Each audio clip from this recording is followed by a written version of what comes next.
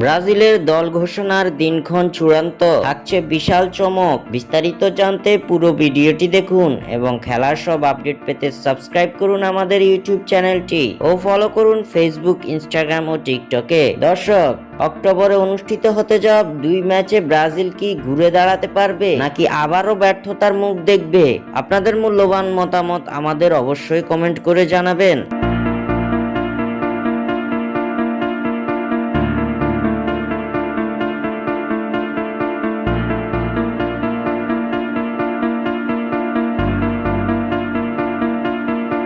আবারও মাঠে নামতে যাচ্ছে ব্রাজিল। বিশ্বকাপ বাছাই পর্বে নিজেদের নবম ও দশম ম্যাচে মাঠে নামতে চলেছে সেলেসাওরা। আগামী মাসে অর্থাৎ অক্টোবরে বিশ্বকাপ বাছাইয়ের 2টি ম্যাচ খেলতে চলেছে সেলেসাওরা। যেই 2 ম্যাচে তাদের প্রতিপক্ষ হিসাবে থাকছে শক্তিশালী চিলি ও পেরু।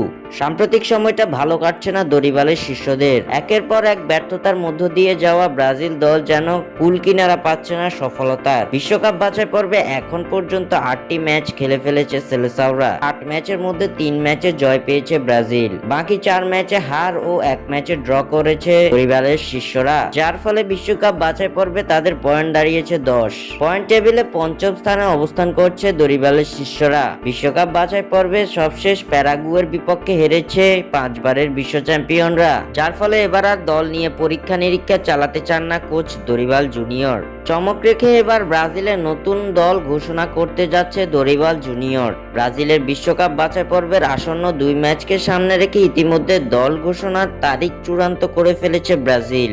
চিলি ও পেরুর বিপক্ষের ম্যাচকে সামনে রেখে আগামী 27 সেপ্টেম্বর দল ঘোষণা করতে যাচ্ছে Brazil coach Dorival junior. 27 September Bangladesh সময় রাত 9:30 ব্রাজিলের নতুন স্কোয়াড ঘোষণা করবে কোচ দরিবাল।